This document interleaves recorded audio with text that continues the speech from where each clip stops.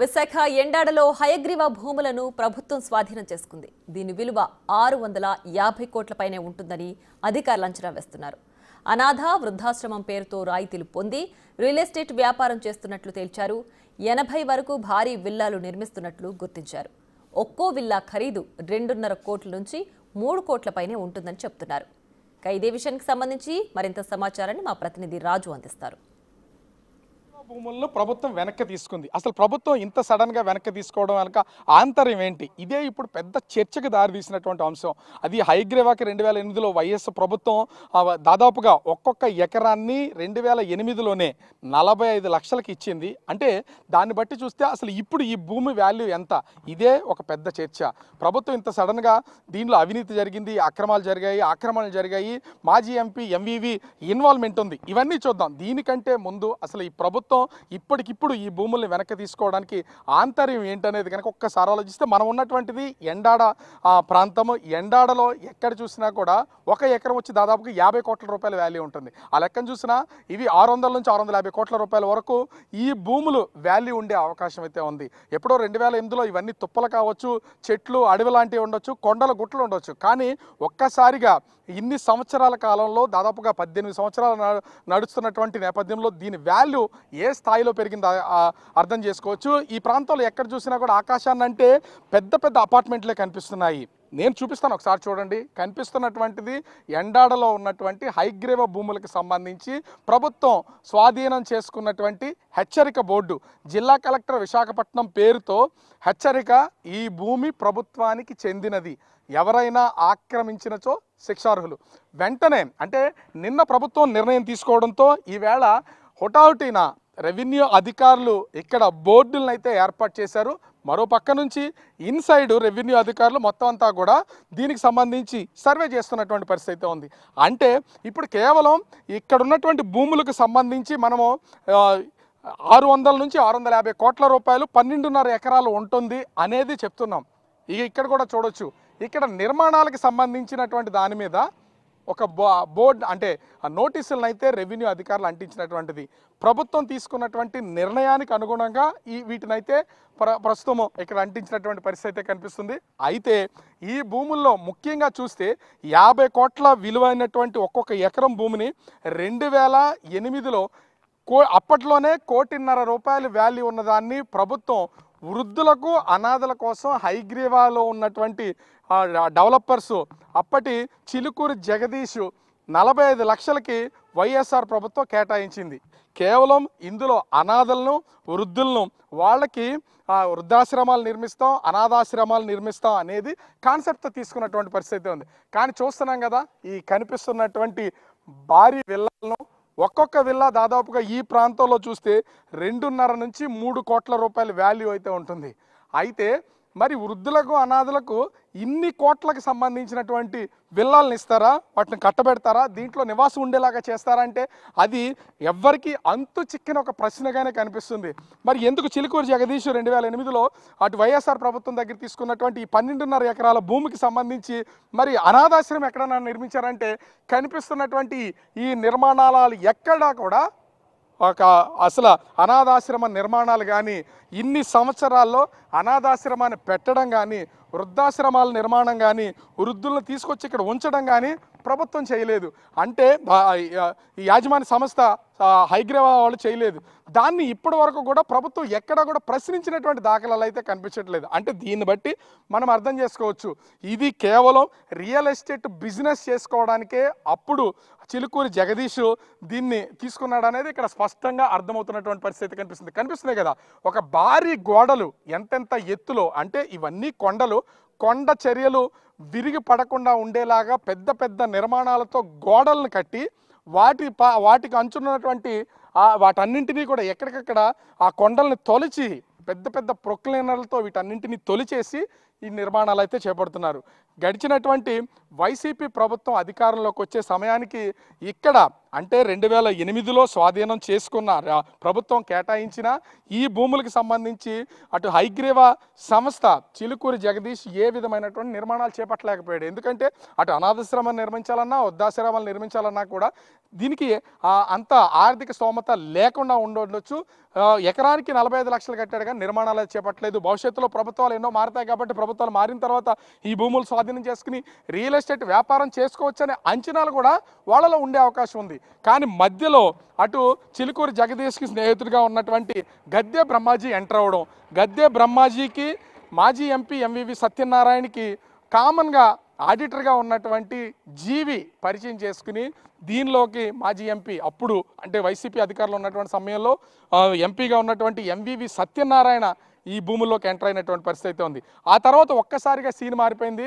దీనికి సంబంధించినటువంటి original documents తీసుకోవడం, వాటిని ఆ డాక్యుమెంట్స్ని ఫోర్జరీ డాక్యుమెంట్స్గా క్రియేట్ చేసి చిలుకూరి జగదీష్కి ఈ భూమికి ఏ విధమైనటువంటి సంబంధాలు లేదని అతను బెదిరింపులకు గురి చేసినటువంటి నేపథ్యంలో ప్రస్తుతం చెన్నైలో తలదాచుకుంటున్నటువంటి పరిస్థితి ఉంది. ఆ తర్వాత అధికారం మందే, మనల్ని అడిగేవాళ్ళు లేరు, మనల్ని ప్రశ్నించేవాళ్ళు లేరు, నిర్మాణాలు చేపట్టినా ఆపేవాళ్ళు లేరు అనే ఉద్దేశంతో కనిపిస్తున్నటువంటి ఇంత అద్భుతమైన విల్లాల నిర్మాణం వరుసగా ఎంవివి సత్యనారాయణకి సంబంధించినటువంటి ఇన్ఫ్రాస్ట్రక్చర్ సంస్థ అయితే మొత్తం అంతా కూడా నిర్మాణాలు చేపట్టేసినటువంటి పరిస్థితి అయితే కనిపిస్తున్న ఒక్కొక్క విల్లా దాదాపుగా 2.5 కోట్ల నుంచి 3 కోట్ల రూపాయల వరకు వాల్యూ ఉన్నటువంటి వాటికి సంబంధించినటువంటి విల్లాలు. మరి వృద్ధుల కోసం అనాథల కోసం నిర్మాణం చేపడతానని భూములు తీసుకున్నారుగా. వృద్ధాశ్రమాలు అనాథాశ్రమాలు ఇన్ని సంవత్సరాల నుంచి ఏమైనాయంటే దీనికి ఇప్పటి వరకు సమాధానం అయితే లేదు. దీనిలో ఈ నిర్మాణాలు చేపట్టిన తర్వాత అప్పుడు కూటమి ప్రభుత్వం అధికారంలోకి రావడం, వైసీపీ ప్రభుత్వం అధికారాన్ని కోల్పోవడం, ఎంపీగా ఉన్నటువంటి ఎంవివి సత్యనారాయణ తన పదవిని కోల్పోయి మాజీ ఎంపీగా అయిపోయినటువంటి నేపథ్యంలో చిలుకూరి జగదీష్ అటు పోలీసులకు కేసు పెట్టారు. కేసు పెట్టిన తర్వాత ఈ ఉదంతం మొత్తం అంతా కూడా బయటకు వచ్చినటువంటి పరిస్థితి అయితే ఉంది. అయితే కేసు పెట్టిన తర్వాత ఈడీకి కూడా, ఎందుకంటే నాకు ఇచ్చినటువంటి డబ్బులు దాదాపు 5 కోట్ల లావాదేవీలు జరిగాయి. 5 కోట్ల రూపాయలు కూడా ఇవి సక్రమైనటువంటి పద్ధతిలో జరగలేదు. ఈ నిర్మాణాలు ఎలా అయితే అక్రమ నిర్మాణాలుగా జరుగుతున్నాయో డబ్బులు కూడా సక్రమైనటువంటి పద్ధతిలో ఇవ్వలేదు. వీటిని దర్యాప్తు చేయాలని ఈడీకి ఫిర్యాదు చేసినటువంటి నేపథ్యంలో ఈడీ ఎంటర్ అయింది. అటు గద్దె బ్రహ్మాజీ, జీవి, మాజీ ఎంపీ ఎంవివి సత్యనారాయణ, చిలుకూరి జగదీష్లకు సంబంధించినటువంటి దాదాపుగా 44 కోట్ల రూపాయలు విలువైనటువంటి ఆస్తులను అటాచ్ చేసి ప్రస్తుతం దర్యాప్తు చేస్తున్నటువంటి పరిస్థితి ఉంది.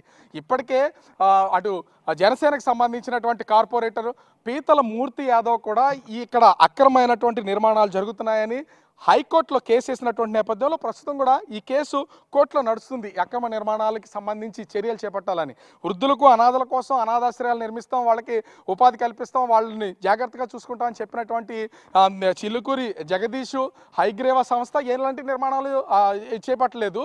దీన్ని ఈ డాక్యుమెంట్స్ అన్నింటినీ స్వాధీనం చేసుకుని ప్రాజెక్టులకు ఎంటర్ అయినటువంటి మాజీ ఎంపీ ఎంవివి సత్యనారాయణ మాత్రం భారీ నిర్మాణాలు చేపట్టినటువంటి పరిస్థితి ఉంది. ఇవన్నీ కూడా రియల్ ఎస్టేట్ భూమికి కేవలం ఇక్కడ కోట్ల రూపాయల వాల్యూ ఉన్నటువంటి ఈ స్థలం మొత్తాన్ని కూడా కాజేశారు. దాదాపుగా 600 నుంచి 650 కోట్ల రూపాయల వాల్యూ అయినటువంటి ఈ భూములన్నింటినీ కూడా కాజేశారు. కోట్ల విలువైనటువంటి విల్లాలు అయితే నిర్మాణం చేపడుతున్నారు. ఈ విల్లాలు ఎవరికి ఇస్తారు? ఇదే ఎవరికి అర్థం కానటువంటి ఒక చిక్కుముడి. ఎందుకంటే ఇంత పెద్ద పెద్ద విల్లాల్లో అనాథుల్ని, అదేవిధంగా వృద్ధుల్ని, ఎక్కడెక్కడో ఉన్నటువంటి వాళ్ళందరినీ, రోడ్డు పక్కల ఉన్నటువంటి వాళ్ళందరినీ, తల్లిదండ్రులు పిల్లలు వదిలేసినటువంటి వాళ్ళని ఎక్కడెక్కడ ఉన్నారో వాళ్ళందరినీ వెతికి తీసుకొచ్చి ఇంత పెద్ద విల్లాల్లో పెట్టి వాళ్ళకి సంరక్షణ చూస్తారంటే చూస్తున్నాం కదా. ఈ విల్లాలోకి అడుగు పెట్టాలంటేనే కోటి రూపాయలు ఉంటేనే కానీ లోపలికి అడుగు పెట్టలేనటువంటి పరిస్థితి. అలాంటి నిర్మాణాలు అయితే ప్రస్తుతం మాజీ ఎంపీ ఎంవివి సత్యనారాయణ చేపడుతున్నటువంటిది అయితే ఇక్కడ మనకు స్పష్టంగా చూడొచ్చు. అయితే భూమి వాల్యూవే ఇక్కడ దాదాపుగా 650 కోట్ల రూపాయల వరకు ఉందంటే ఇక్కడ జరుపుతున్నటువంటి నిర్మాణాలు ఎంత కాస్ట్ ఉంటాయి, ఎంత పరిధిలో ప్రస్తుతానికి నిర్మాణాలు చేపట్టాయి. ఈ 12.5 ఎకరాలకు సంబంధించి పూర్తి స్థాయిలో నిర్మాణాలు చేపడితే ఇంకా ఎన్ని విల్లాలు, భవంతులు నిర్మించవచ్చు, వాటికి ఎన్ని కోట్ల రూపాయల వాల్యూ ఉంటుంది అవి కూడా చూద్దాం. ఇప్పటి వరకు ఈ విల్లాలకు సంబంధించినట్టు చూసాంగా అసలు ఎన్ని విల్లాలు ఇప్పటివరకు నిర్మాణం చేపట్టారు, ప్రస్తుత మార్కెట్ ధర ప్రకారం ఒక్కొక్క విల్లా కాస్ట్ ఎంత ఉంది, మొత్తం నిర్మాణం చేపట్టినటువంటి విల్లాలు మొత్తం ప్రాజెక్ట్ వాల్యూ ఎంత ఉంటుంది అనేది కూడా నేను చూపించే ప్రయత్నం చేస్తాను. పదండి చూద్దాం. ఈ హైగ్రీవాలో నిర్మించినటువంటి బిల్డింగ్లకి సంబంధించి అంటే విల్లాల నిర్మాణం మనం భూమి వాల్యూనే దాదాపుగా 12.5 ఎకరాలకు సంబంధించి 600 నుంచి 650 కోట్ల వరకు ఉంటుందనేది ఒక అంచనా. ఎందుకంటే ఇక్కడ దాదాపుగా ఈ ప్రాంతంలో ఒక ఎకరము పొలం కానీ భూమి కానీ వచ్చి దాదాపుగా 50 కోట్ల వాల్యూ అయితే ఉన్నటువంటి పరిస్థితి అయితే ఉంది. అయితే ఈ నిర్మాణాల్లో చేపడుతున్నటువంటి అంటే ఈ భూముల్లో చేపడుతున్న నిర్మాణాలను కనుక ఒకసారి చూస్తే ఇక విల్లాలను నేనైతే చూపించే ప్రయత్నం అయితే చేస్తాను. ఇది టాప్ వ్యూ నుంచి తీస్తున్నాం. ఈ విల్లాలను కనుక ఒకసారి చూస్తే దాదాపుగా 3 అంతస్తుల్లో మొత్తం విల్లా నిర్మాణం అయితే చేపడుతుంది. ఇక్కడ సింగిల్ బెడ్రూమ్ ఉన్నటువంటి అపార్ట్మెంట్స్ దాదాపుగా ₹1,00,00,000 ఉంటే అపార్ట్మెంట్లో ఫ్లాటు దాదాపుగా డబుల్ కానీ త్రిబుల్ బెడ్రూమ్ ఉన్నటువంటి ఒక్కొక్క ఫ్లాటు 1,50,00,000 వరకు కూడా 1,50,00,000 నుంచి ₹2 కోట్ల వరకు కూడా ఈ ప్రాంతంలో వాల్యూ అయితే ఉన్నటువంటిది. అయితే ఇక్కడ 3 అంతస్తుల్లో నిర్మాణం చేపడుతున్న ఈ ఒక్కొక్క విల్లా వాల్యూ దాదాపుగా 2.5 కోట్ల నుంచి 3 కోట్ల వాల్యూ అయితే పలుకుతున్నటువంటి పరిస్థితి అయితే ఉంది. ఇప్పటికే 60 సంవత్సరాల వయసు దాటిందని చెప్తే చాలు వాళ్ళు ఎవరైనా కొనుగోలు చేసుకోవచ్చు. అంటే ఇది కేవలం అనాథులకు వృద్ధులకు అనాథాశ్రమాలు వృద్ధాశ్రమాలు నిర్మాణం చేపట్టి వాళ్ళని సంరక్షిస్తామని చెప్పి ఈ భూములు అయితే కొట్టేసేశారు. కానీ ఇక్కడ జరుగుతున్నటువంటి విల్లాల నిర్మాణంలో వృద్ధులు వస్తారు అంటే ఎట్లాంటి వాళ్ళంటే ఆధార్ కార్డులో 60 సంవత్సరాలు దాటినటువంటి నెంబర్ ఉన్నటువంటి వృద్ధులు దీనిలోకి వస్తారు. వాళ్ళు ఎవరంటే బడా పారిశ్రామికవేత్తలు కావచ్చు, బడా రాజకీయ నాయకులు కావచ్చు, అధికారులు కావచ్చు, వీళ్ళందరికీ 60 సంవత్సరాలు దాటితే చాలు ఇవన్నీ కొనుక్కోవచ్చు అనమాట. అంటే ఇలా చేయడానికి ఉంది. ఇక్కడ ఒక చిన్న అంచనా వేద్దాం. అంటే ఒకవైపు నుంచి మేము ఇది చూపిస్తున్నటువంటి ఒకవైపు నుంచి చూస్తే మొత్తం 3 లైన్లలో వీటి నిర్మాణం అయితే చేపడుతున్నారు. 3 వరుసల్లో ఒక్కొక్క వరుసకి దాదాపుగా 10 నుంచి 15 బిల్డింగ్స్ వరకు ఉన్నాయి. అంటే దాదాపుగా 3 వరుసల్ని కలిపితే మనకు కనిపిస్తున్నవే 40 వరకు ఇక్కడ మొత్తం అన్నీ కూడా నిర్మాణాలు చేపట్టినటువంటి పరిస్థితి ఉంది. 40 విల్లాలు ఒక సైడ్ నుంచి నాకు లెక్క పెడితే కనిపిస్తున్నాయి. అంటే అదర్ సైడ్ ఇది ఎల్ షేప్ ఉంటుంది. మొత్తం అంతా కూడా ఈ ల్యాండ్ని నేను ఇప్పుడు చూపిస్తున్నటువంటి కూడా స్ట్రైట్గా చూపిస్తున్నాం. దీనికి ఎల్ షేప్ కూడా ఉంటుంది. దాదాపుగా 50 నుంచి 80 వరకు కూడా ఈ విల్లాల నిర్మాణం అనేది దీంట్లో జరుగుతుంది. ఇక్కడ మనం గమనించాల్సింది ఏంటి అంటే 12.5 ఎకరాల్లో కేవలం 2 నుంచి 2.5 ఎకరాల్లో మాత్రమే ప్రస్తుతం ఇక్కడ ఉన్నటువంటి ఈ 70-80 విల్లాల నిర్మాణం ఇంచుమించుగా అంటే ఒక సైడ్ మాత్రమే 40 వరకు ఒక లెక్క ప్రకారం కనిపిస్తుంది. అటువైపు కూడా చాలా ఎల్ షేప్లో ఉన్నాయి కాబట్టి పూర్తి లెక్క తెలియట్లేదు. లోపలికి పోలీసులు కానీ రెవెన్యూ అధికారులు కానీ వెళ్లకుండా అనుమతులు లేవంటూ ఆపేస్తున్నటువంటి పరిస్థితి ఉంది. ఆ లెక్కను చూసినా ప్రస్తుతం నిర్మాణం జరుగుతున్నటువంటి ఈ 50 విల్లాలైనా కూడా ఒక్కొక్క విల్లా కాస్టు ₹3 కోట్ల లెక్క కడితే దాదాపుగా ₹150 కోట్ల సంబంధించినటువంటి బిజినెస్ని కేవలం 2 ఎకరాల పరిధిలోనే చేసేసినట్టుగా ఇక్కడ స్పష్టంగా అర్థమవుతుంది. మరి ఎందుకు అనాథులకి వృద్ధులకి వాళ్ళ సంరక్షణకి వాళ్ళని చూసుకోవడానికి నిర్మాణాలు చేపడతాము, 60 సంవత్సరాలు దాటినటువంటి వాళ్ళకి అమ్మకాలు చేపడతామని చెప్తున్నటువంటి దీన్ని రియల్ ఎస్టేట్ బిజినెస్ అనాలా, సేవ కోసం వినియోగిస్తుంది అనాలా అర్థం కానటువంటి పరిస్థితి. ఇప్పుడు కూటమి ప్రభుత్వం అధికారంలోకి వచ్చిన తర్వాత ఈ విల్లాలన్నింటినీ విల్లాలతో పాటుగా భూమి మొత్తాన్ని అంటే దాదాపుగా 12.5 ఎకరాల భూమిని స్వాధీనం చేసుకుంటున్నాం. వీళ్ళకి హైగ్రీవా సంస్థకి ఇచ్చినటువంటి భూమిని రద్దు చేస్తున్నాం భూ కేటాయింపులు అని ప్రభుత్వం నిర్ణయం తీసుకున్నటువంటి నేపథ్యంలో ఇప్పుడు ఇది ఒక పెద్ద దీనికి సంబంధించి చర్చకు దారితీసింది. అయితే ఈ హైగ్రీవాకి సంబంధించినటువంటి యజమాని ఇప్పటికే వేరే చోట తలదాచుకుంటున్నాడు. అతను కూడా ఈ భూములు నాకు 2008లోనే అటు ప్రభుత్వం 1 ఎకరం వచ్చి ₹45 లక్షల నాకు అమ్మింది, నేను అవి తీసుకున్నానని కోర్టుకు వెళ్ళొచ్చు. అదేవిధంగా ఫేక్ డాక్యుమెంట్స్ క్రియేట్ చేసి నిర్మాణాలు చేపడుతున్నటువంటి ఎంవివి మాజీ MP MVV Satyanarayana and team కూడా ఖచ్చితంగా నేను ఇన్ని కోట్ల రూపాయలు పెట్టి ఇక్కడ నిర్మాణాలు చేపట్టాను కాబట్టి వీటికి సంబంధించి నాకు హక్కు ఉందని ఖచ్చితంగా కోర్టుకెళ్తారు. ఇక్కడ అక్రమ నిర్మాణాలు జరుగుతున్నాయి. ఈ అక్రమ నిర్మాణాలకు సంబంధించి చర్యలు చేపట్టడానికి జనసేన కార్పొరేటర్ మూర్తి యాదవ్ వేసినటువంటి కేసు కూడా ఇదే నెలలో దీని మీద ఖచ్చితంగా ఇది హీరింగ్కి వచ్చే అవకాశం అయితే కనిపిస్తుంది. అంటే వాయిదాల పర్వం నడుస్తుంది. ఈ నెలలో కూడా దీని మీద వాయిదా ఉన్నటువంటి పరిస్థితి. అంటే ప్రభుత్వం ఇప్పటికే స్వాధీనం చేసుకున్నామని దీన్ని రద్దు చేస్తున్నాం, ఇది ప్రభుత్వానికి సంబంధించినటువంటి భూమి, ఆక్రమణదారులు ఎవరొచ్చినా కూడా చర్యలు చేపడతామని బోర్డులు పెట్టినటువంటి నేపథ్యంలో ప్రభుత్వ వైపు నుంచి కూడా దీని మీద వాళ్ళు కోర్టుకు వెళ్ళే అవకాశం అయితే కనిపిస్తుంది. అంటే ఇంతమంది ఈ భూమికి సంబంధించి అయితే ప్రస్తుతం కోర్టులకు కూడా వెళ్తారు. కానీ ఇన్ని కోట్ల రూపాయలు విలువైనటువంటి భూమిలో అనాథలకి, వృద్ధులకి వృద్ధాశ్రమాలు నిర్మిస్తాం, వాళ్ళని సంరక్షిస్తాం, వాళ్ళకి కావాల్సినటువంటి అన్ని ఏర్పాట్లు చేస్తామని చెప్పినటువంటి హైగ్రీవ సంస్థ కానీ, దీన్ని ఆక్రమించుకున్నటువంటి దురాక్రమణ చేసినటువంటి ఎంవివి సత్యనారాయణ అనే టీం కానీ మరి అట్లాంటివి ఏమీ లేకుండా దీన్ని ఒక రియల్ ఎస్టేటు ప్రపంచానికి, అంటే రియల్ ఎస్టేట్ భూమి ఎలాగో పెరిగింది, ఇక్కడ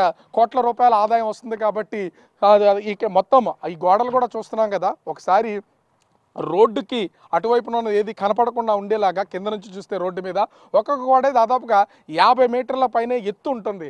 అంతంత గోడల నిర్మాణం చేపట్టి ఇన్సైడ్ ఏం జరుగుతుందో తెలియకుండా అవుట్ సైడ్ నుంచి చూసే వాళ్ళకి అర్థం కాకుండా ఈ నిర్మాణాలు అయితే చేపట్టేసి ఆ రియల్ ఎస్టేట్ వ్యాపారం అయితే చేస్తున్నారు.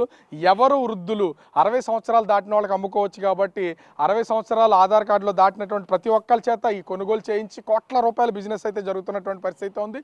మన కంటికి కనిపిస్తున్నవే దాదాపుగా 100 నుంచి 150 కోట్ల రూపాయలు విలువైనటువంటి నిర్మాణాలు విల్లాలు ఇక్కడ కనిపిస్తున్నాయి. కంటికి కనిపించినవి, లోపల నిర్మాణాలు చేపట్టినవి, లెక్కకు రానటువంటివి ఇంకా ఎన్నున్నాయి అనేది తెలియాల్సి ఉంది. ఇప్పుడు రెవెన్యూ అధికారులు సర్వే చేస్తున్నారు కాబట్టి ఆ సర్వేల్లో కూడా దీనికి సంబంధించినటువంటి లెక్క తేలే అవకాశం అయితే ఉంది. కానీ కూటమి ప్రభుత్వం ఖచ్చితంగా మా ప్రభుత్వం అధికారంలోకి వచ్చిన తర్వాత వైసీపీ అధికారంలో విశాఖపట్నంలో చేపట్టినటువంటి భూ ఆక్రమణలకు సంబంధించి మొత్తం చిట్టా అంతా బయటకు తీస్తాం, ఆక్రమణలు చేసినటువంటి వాళ్ళని కఠినంగా శిక్షిస్తామని ఏదైతే ప్రకటన చేశారో దానికి అనుగుణంగానే ఇప్పుడు ఇప్పటికే హైగ్రేవ భూములకు సంబంధించి కోర్టులో కేసులు నలుగుతున్నా కూడా ప్రభుత్వం కేటాయించినటువంటి భూమిని ప్రభుత్వం తీసుకుంటుంది కాబట్టి ఖచ్చితంగా ఆ భూమికి సంబంధించినటువంటి వాటికి సంబంధించి ప్రస్తుతం అయితే వాటిని వెనక్కి తీసుకుంటున్నట్లుగా, రద్దు చేస్తున్నట్లుగా ప్రకటన అయితే చేసినటువంటి పరిస్థితి ఉంది. ఇప్పుడు ఇంకొక ప్రశ్న ఉత్పన్నం అవుతుంది. ఎంత విలువైనటువంటి భూముల్లో ఇన్ని కోట్ల రూపాయలు విలువైనటువంటి విల్లాల నిర్మాణం చేపడుతున్నారు.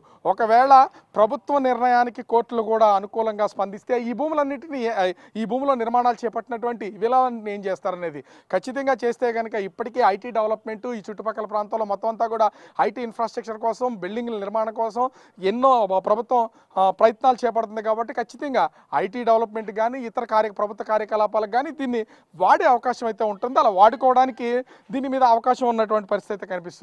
ఈ నేపథ్యంలోనే ప్రస్తుతం అయితే ఈ విల్లాలకు సంబంధించినటువంటి వాటిని అయితే మనం ఒకసారి గమనించి చూస్తే ఈ విల్లాలు దాదాపుగా కోట్ల రూపాయలు విలువైనటువంటి వాటిగా నిర్మాణాలు చేపట్టారు. వాటికి సంబంధించి మరి ప్రభుత్వం ఎట్లాంటి నిర్మాణం తీసుకుంటుంది, ఇప్పుడు లీగల్గా రాబోతున్నటువంటి వాటిని ఏ విధంగా నిర్ణయాలు తీసుకుంటుంది అనేది తెలియాల్సినటువంటి పరిస్థితి ఉంది. దాదాపుగా 12.5 ఎకరాలకు సంబంధించి ఒక్కొక్క ఎకరం 50 కోట్ల వాల్యూ ఉన్నా కూడా 650 కోట్ల రూపాయల భూమిని అసలు చాకచక్యంగా కొట్టేసి ఇక్కడ కోట్ల రూపాయల రియల్ ఎస్టేట్ బిజినెస్ చేస్తున్నటువంటి వాళ్ళ మీద మరి ఏ రకమైనటువంటి చర్యలు తీసుకుంటుందనేది మాత్రం వేచి చూడాల్సినటువంటి పరిస్థితి కనిపిస్తుంది.